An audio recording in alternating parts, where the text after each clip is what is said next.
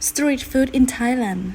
This video I'm gonna take you guys to my favorite restaurant. It always a lot of people eating here. This place is right by Pala Beach. Here is the menu. There are so many kind of Thai food. I ordered pad krapao with crab and sukiyaki with shrimp.